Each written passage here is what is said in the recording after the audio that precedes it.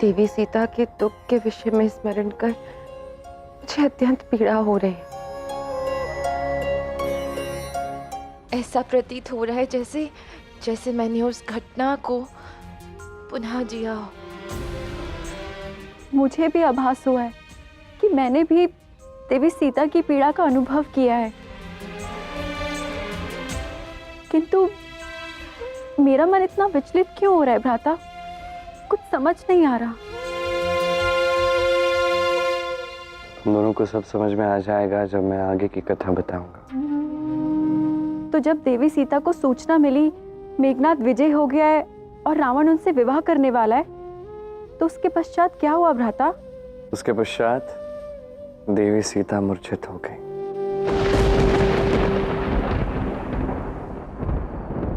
हे महादेव, मेरे श्री राम लक्ष्मण सबकी रक्षा करना।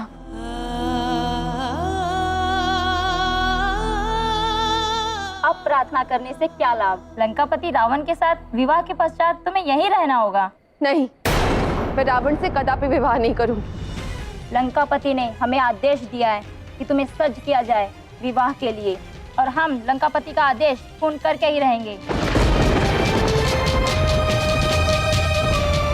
रुको।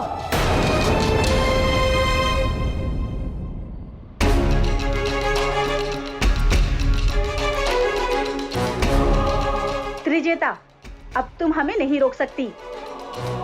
हम लंकापति के आदेश का पालन कर रहे हैं। मैं तुम लोगों को रोकने नहीं आई हूँ, बल्कि तुम लोगों को ये बताने आई हूँ कि आज सीता को मैं सज्ज करूंगी विवाह के लिए। ठीक है, किंतु यदि सीता को समय से सज्ज नहीं किया विवाह के लिए, तो लंकापति की क्रोधाग्नि तुम्हें झेलनी होगी, हमें नहीं। हाँ हाँ, अब जाओ यहाँ से।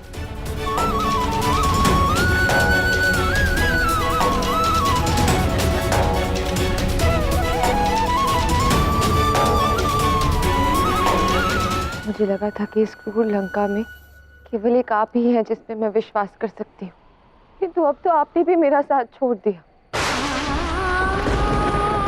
आपने मुझे देवी का सम्मान दिया है, मैं आपका साथ कैसे छोड़ सकती हूँ?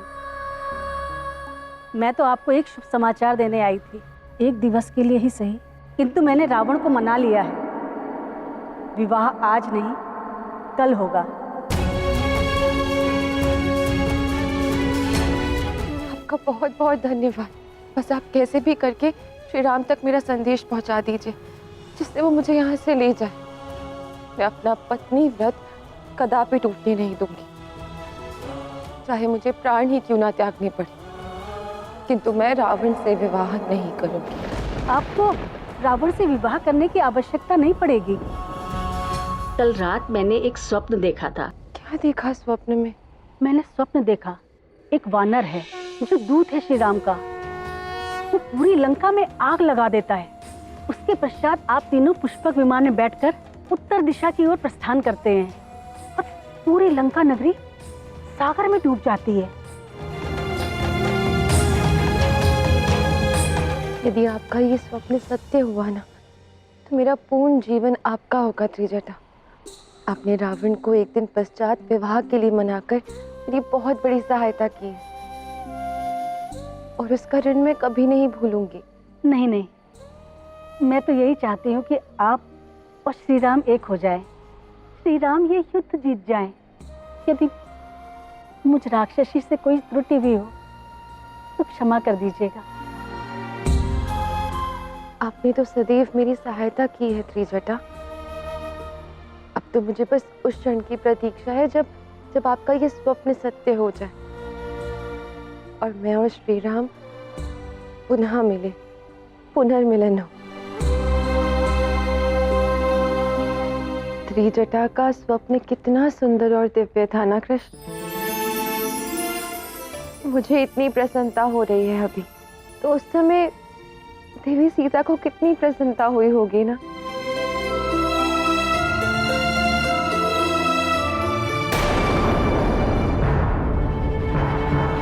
मैं अभी आया।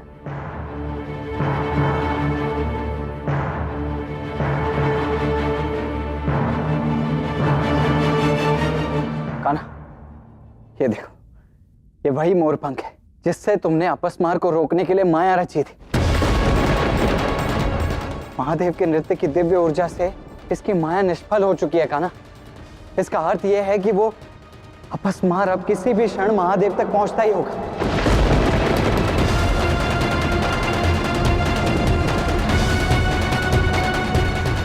इससे पूर्व कि वो महादेव तक पहुंचकर उनके नृत्य में भंग डाले, तुम्हें उसे रोकने का कोई और मार्ग ढूंढना ही होगा।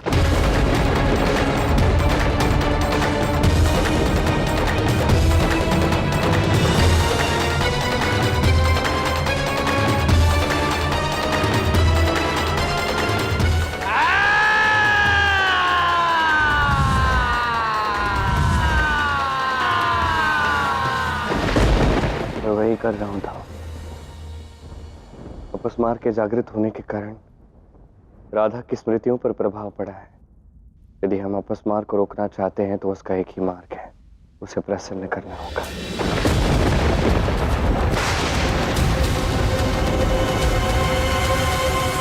सुभद्रा, ये अचानक संसार में अंधकार क्यों छा गया? मेरे पास अब अधिक समय नहीं है था। मुझे शीघ्रातिशीघ्र राधा के पास जाना होगा और उसे पूर्व जन्म की इस कथा को बताना होगा पूर्ण रूप से, उसे प्रसन्न करना होगा था।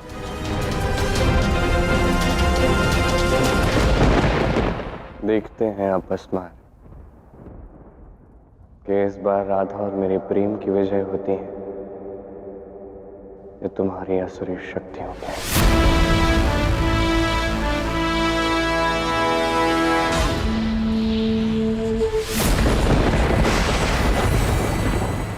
ये तो अवश्य ही किसी नकारात्मकता का संकेत है।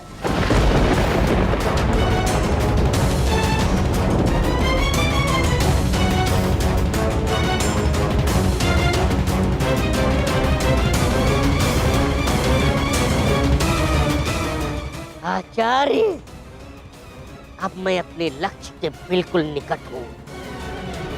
अब महादेव का नृत्य अपनी पराकाष्ठा की ओर नहीं, अपितु अपनी अंत की ओर बढ़ेगा। आचार्य, अब मैं कुछ ऐसा करूंगा जिससे महादेव का दिव्य नृत्य हमेशा हमेशा के लिए भंग हो जाएगा। केतु, मुझे लगता है शुक्राचार्य और अपस्मार शीघ्र ही महादेव का नृत्य रोकने में सफल हो जाएंगे। हाँ राहु,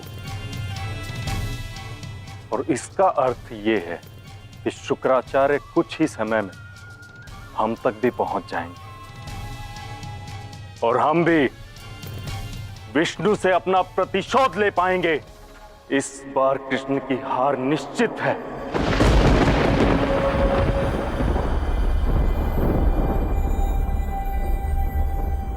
कृष्ण, सब ठीक तो है? अकस्मात अंधकार कैसे छा गया? ये अज्ञान का अंधकार है राधे। तो इस अज्ञान के अंधकार को यदि मिटाना है तो हमें उस कथा को शीघ्रातिशीघ्र पूर्ण करना होगा। भ्राता, आप क्या कह रहे हैं? मेरी तो कुछ समझ नहीं आ रहा। मैं ये कहने का प्रयास कर रहा हूँ कि जो कथा मैं तुम दोनों को बता रहा हूँ उसका महत्व जब तुम दोनों समझोगे तब सब कुछ ठीक हो जाएगा। हाँ भ्राता, बताइए ना। जब त्रिजटा ने देवी सीता को अपने स्वप्न के बारे में बताया तो उसके पश्चात क्या हुआ? आरंभ हुआ श्री राम और रावण के महायुद्ध का अंतिम चरण।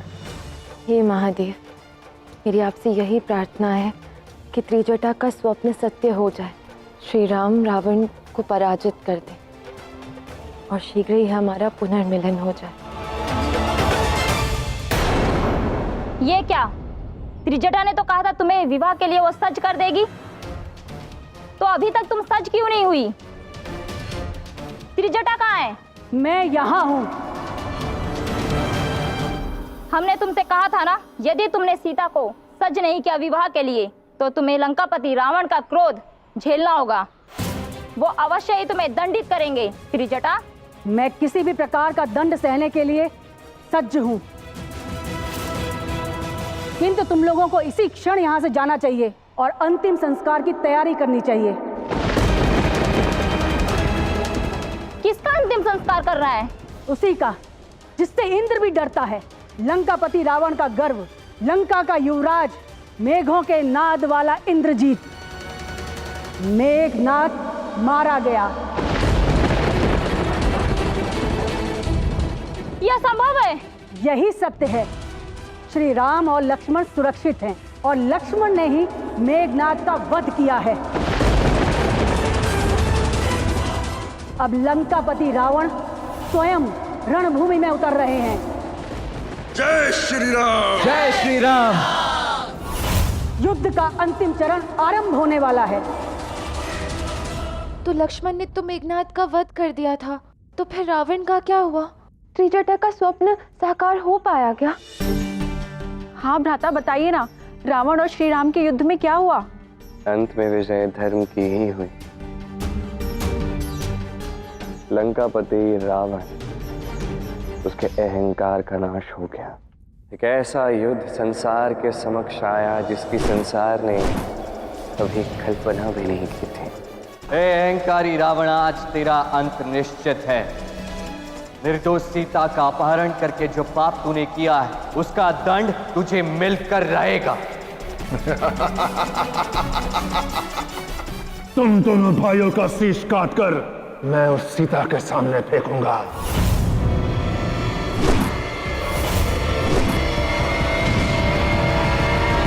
ये ले जाओ, क्योंकि सीता अब रावण के लिए कभी तैयार नहीं होगी, क्योंकि इस युद्ध में श्री राम की विजय होगी। राम कभी भी इस युद्ध में विजयी नहीं हो सकता। मुझे अभी अभी सूचना मिली है रणभूमि से कि लंकापति रावण का एक भी बाण राम को आहत नहीं कर पाया।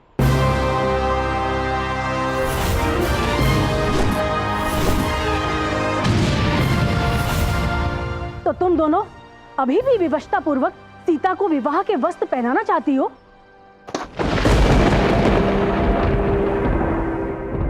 हमें क्षमा कर दीजिए। मैं भी आपसे क्षमा मांगती हूँ। हमें पत्नी व्रत की शक्ति का अनुमान हो गया है। युद्ध में श्री राम की विजय आप ही के कारण हुई है देवी सीता।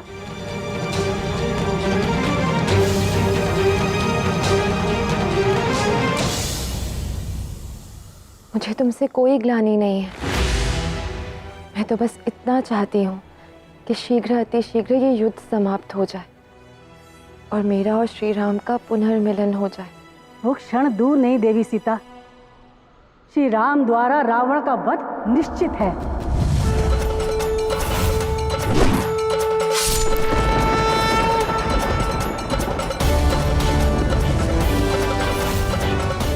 सारथी,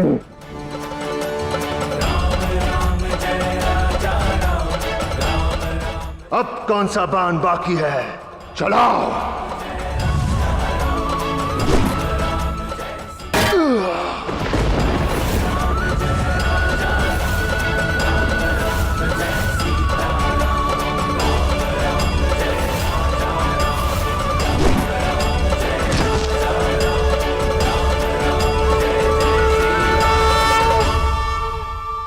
और अंततः देवी सीता और श्री राम का पुनर्मिलन हुआ।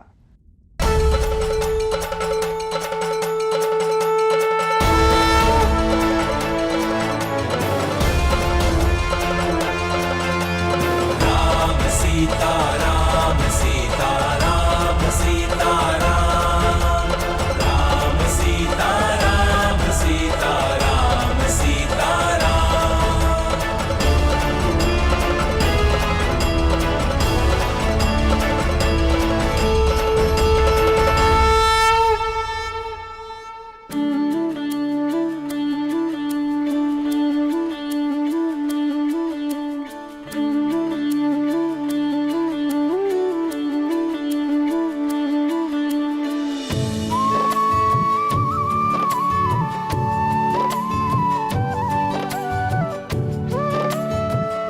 क्षमा करना माता,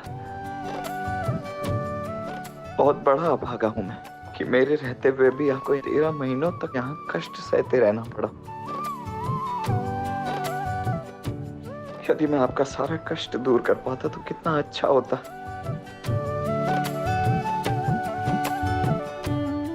उठो।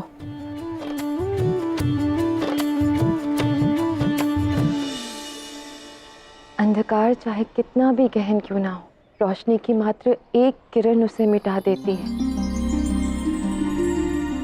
मेरी आशा की किरण मेरे साथ थी। मेरी हर एक कठिनाई में उसने मेरा साथ दिया। वो किरण कौन थी माता? त्रिजटा।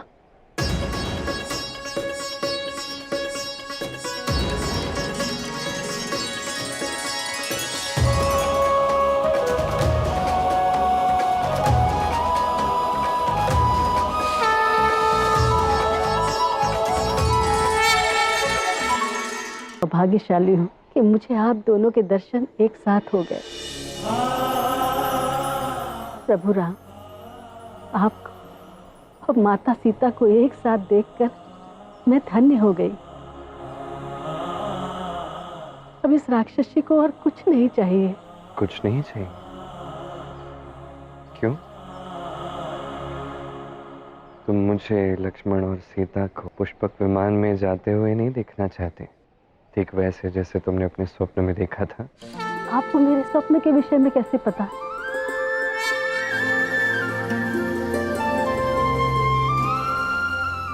मैं भी कितनी मूर्ख हूँ। अवश्य आपने ही मुझे वो स्वप्न दिखाया होगा, है ना? धन्यवाद प्रभु, मुझे अपनी सेवा करने का ये अमूल्य अवसर देने के लिए।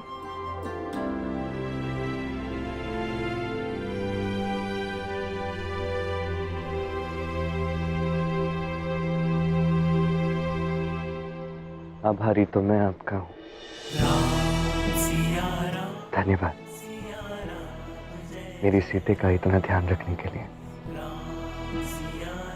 मेरी सीता अपने प्राणों के लिए आज आपकी ऋणी है। कृपा करके मेरी सीता को इस ऋण से मुक्त कर दीजिए।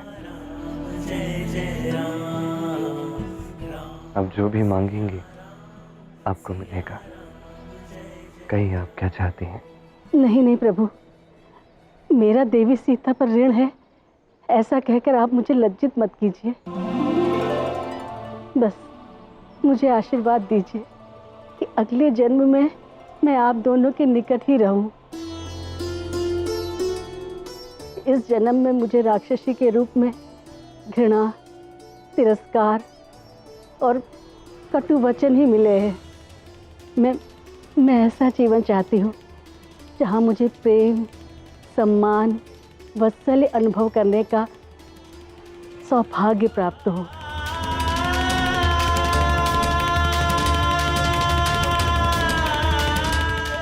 यदि यही आपकी इच्छा है तो ऐसा ही होगा।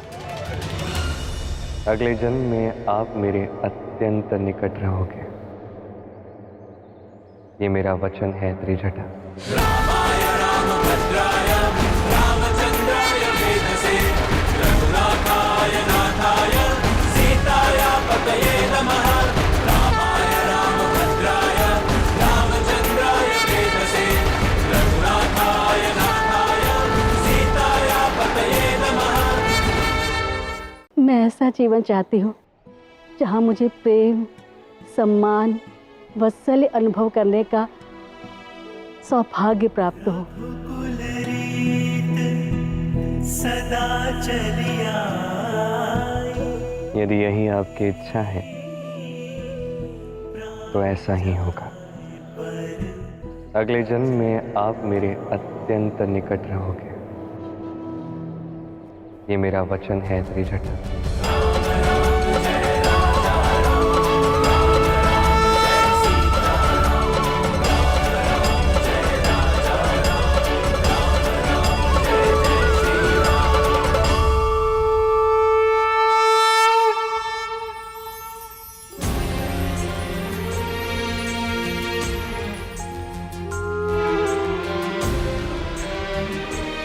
सुभद्रा,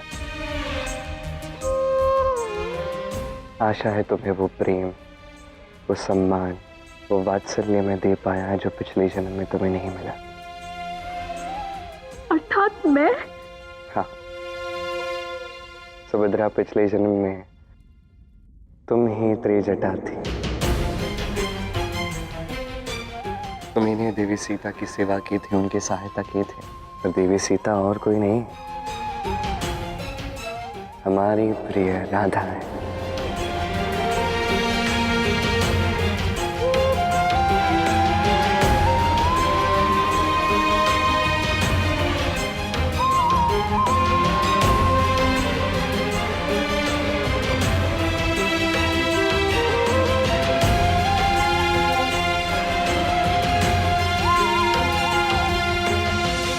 भ्राता, मैं बहुत भाग्यशाली हूँ कि इस जन्म में मुझे आपकी बहन होने का सौभाग्य मिला।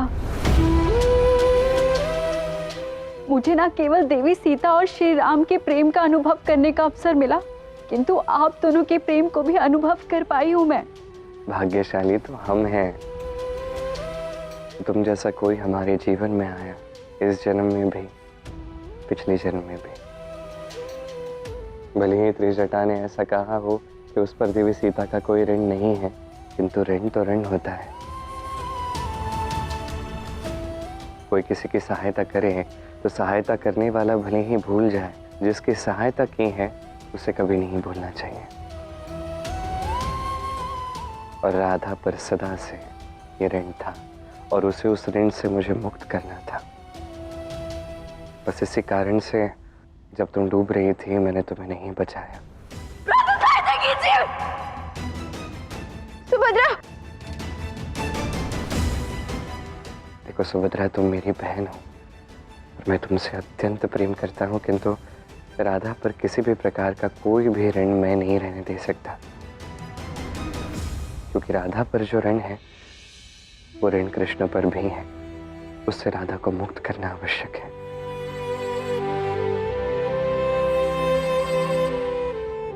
मैं जानता हूं जो भी मैंने किया है उससे तुम्हें पीड़ा हुई होगी, उसके लिए मुझे क्षमा कर देना सुभद्रा। मैं क्षमा चाहता हूँ। भ्राता, आप क्या कर रहे हैं? आप क्षमा के पात्र नहीं, प्रशंसा के पात्र हैं। आपने जो भी किया वो तो यही दर्शाता है ना कि आप राधा से कितना प्रेम करते हैं। वो तो मैं करता। जब जब मुझे ऐसा विश्वास होता है कि मैं तुम्हें और तुम्हारे प्रेम को पूर्णतः समझ पाई हूँ, तब तब तुम मुझे प्रेम का एक नया भाव दिखा देते हो कृष्ण। आज मैं तुम्हें धन्यवाद कहना चाहती हूँ कि तुम्हारे ही कारण मैं अपने पिछले जन्म के ऋण से मुक्त हो पाई हूँ। तब मुझे भी अवसर दो कि मैं तुम्हारे प्रति अपने प्रेम को व्यक्त कर पाऊँ। कृष्णा कृष्णा राधा राधा कृष्णा कृष्णा कृष्णा राधा।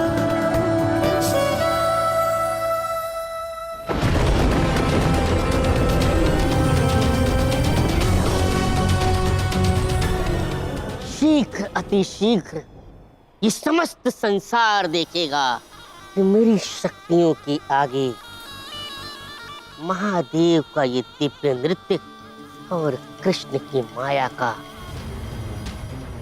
कोई अस्तित्व ही नहीं। महादेव, आपके इस नृत्य को मैं रोक दूंगा।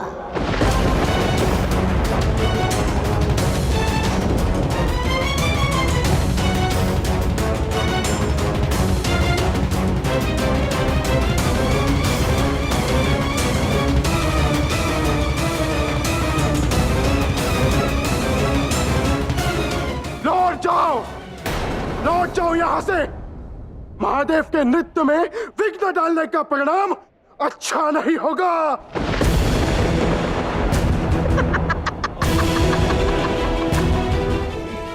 कदाचित तुम्हें मेरी शक्तियों का ज्ञान ही नहीं है मूर्ख। शीघ्र अतिशीघ्र ज्ञात हो जाएगा कि मैं अपस्मार क्या कर सकता है।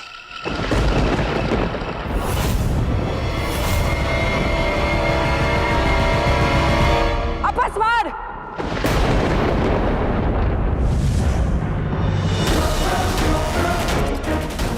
ये दुस्साहस करने की भूल मत करना। इसके पहले तुम्हें दंड मिला था अपनी शक्तियों का अनुचित प्रयोग करने के लिए। तुम मूर्छित हो गए थे।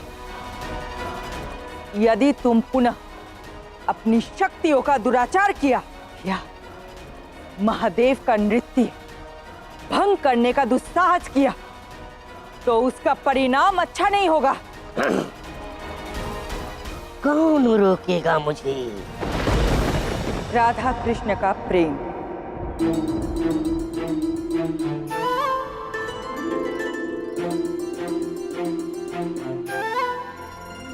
देखो कृष्ण, आज प्रकृति कितनी प्रसन्न है। आज मैं प्रकृति के समक्ष कहना चाहती हूँ कि तुम्हारा प्रेम मेरे प्रति मेरे जीवन की सबसे सुंदर भावना थी, है और सदैव रहेगी। अब मेरे मन में कोई संदेह नहीं है कि जितना प्रेम कृष्ण अपनी राधा से करता है उतना कोई नहीं कर सकता। आज मैं इतनी प्रसन्न हूँ कि आज राधा तुम्हारी बांसुरी की धुन पर नृत्य करना चाहती है। हम दोनों मिलकर नटराज के इस दिव्य नृत्य में भाग लेंगे और संसार से समस्त नकारात्मकता को, अज्ञानता को नष्ट कर देंगे। सखी की इच्छा मेरे लिए आदेश। जब कृष्ण की माया नहीं रोक पाई यहाँ आने से मुझे, तो राधा कृष्ण का प्रेम क्या रोकेगा?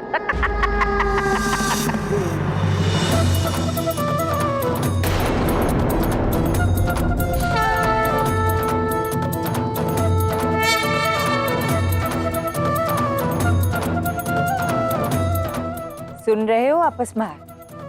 ये ध्वनि कृष्ण की बांसुरी की है।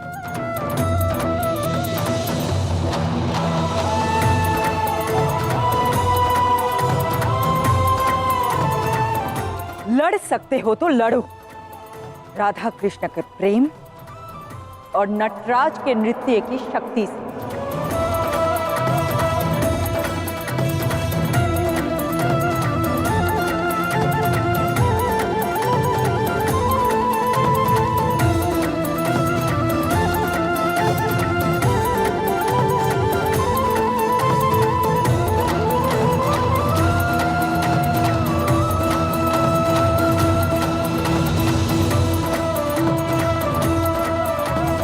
मेरे आराध्य श्री कृष्ण की बांसुरी और नटराज के डमरू का स्वर अब संपूर्ण जगत में गूंजेगा। जय नारायण।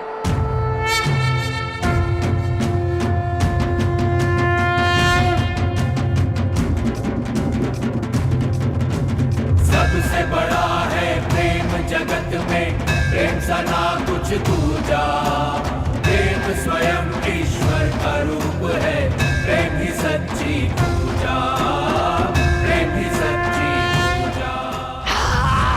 प्याला पी ले जो भी प्रेम रूप हो जाए, डूबे निज प्रियतम के रंग में, सुध बुध सब खो जाए, सुध बुध सब खो जाए।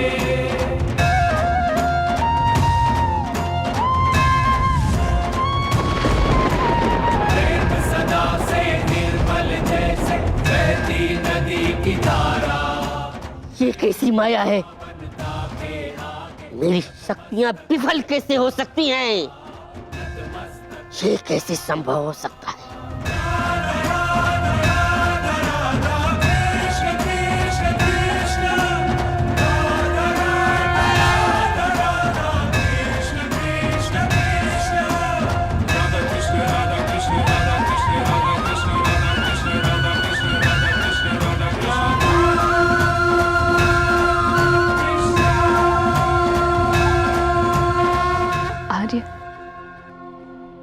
मैं जानती हूँ आप मुझसे कितना अधिक प्रेम करते हैं और मैं आपसे कहना चाहती हूँ कि मैं भी आपसे बहुत प्रेम करती हूँ।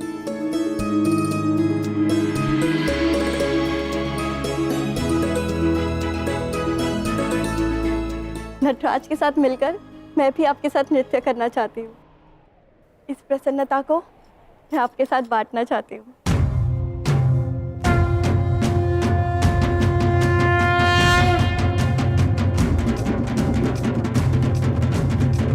बदली में नीर बसे हैं, प्रेम बसे यूं मन में, सृष्टि के सारे सुख बसते प्रिय के आलिंगन में, प्रिय के आलिंगन में।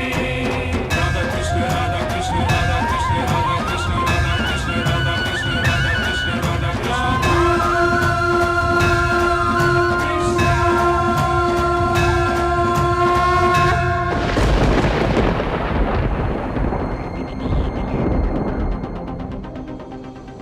अपस्मार, हमें इस नृत्य के हर्ष को रोकना ही होगा। अपनी शक्तियों पे नियंत्रण रखो, अपने उद्देश्य को स्मरण करो। तुम्हारी रचना ही इसलिए हुई है कि तुम सबकी स्मृतियों को नष्ट कर दो। हमें कृष्ण को रोकना ही होगा।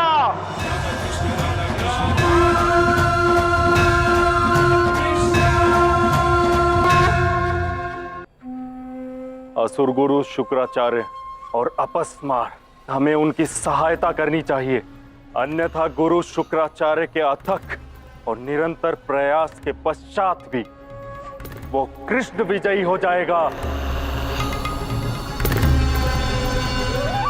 उचित है केतु, हम कहीं जा नहीं सकते पर हमारी दृष्टि अवश्य जा सकती है और यही उचित समय है जब हमारी वक्र दृष्टि अपस्मार और शुक्राचार्य की शक्तियों पर पड़ेगी तो उसके प्रभाव को काटने की क्षमता किसी में नहीं होगी और उस कृष्ण को असफल होने से कोई नहीं रोक सकता, कोई नहीं रोक सकता।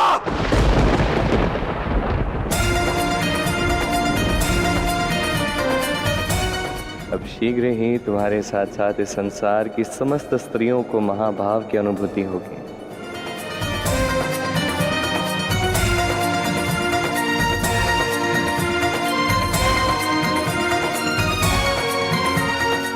उसी के साथ सभी पुरुष भी महापुरुष की भावना का अनुभव करेंगे।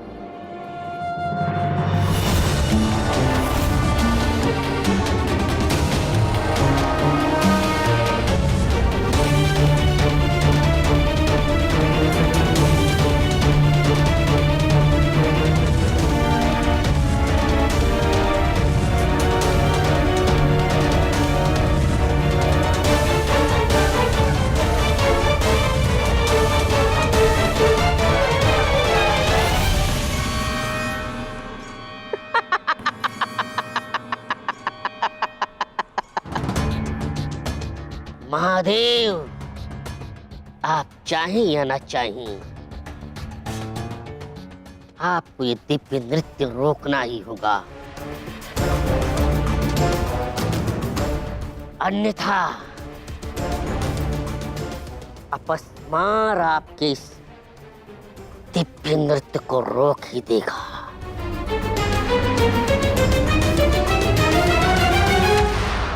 देवों के देव महादेव,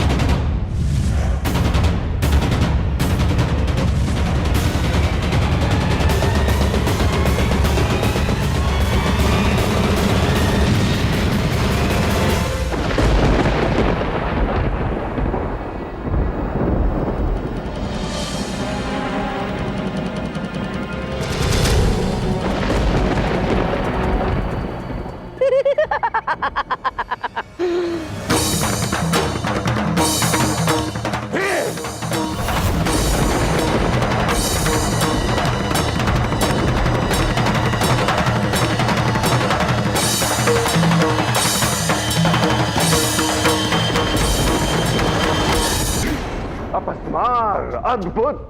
आज तुमने मुझे अत्यंत प्रसन्न कर दिया। राधा, देवी पार्वती और कोई भी स्त्री महाभाव तक नहीं पहुंच पाई और ना ही कोई पुरुष महापुरुष की परिकाष्ठा तक पहुंच पाया। अब सभी स्त्रियां सकारात्मकता को भूल जाएंगी। अद्भुत अपस्मार।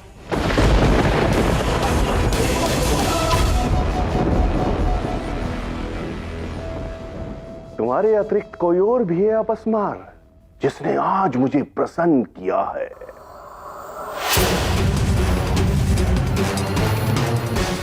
राहु केतु, तुम्हारी वक्र दृष्टि की दिशा की उत्पत्ति को देखकर मैंने तुम्हारे स्थान का पता लगा लिया था। आज तुम दोनों ने मुझे अत्यंत प्रसन्न किया है। महादेव के नृत्य को रोकने में और कृष्ण की योजना को भंग करने में अपस्मार की सहायता करके।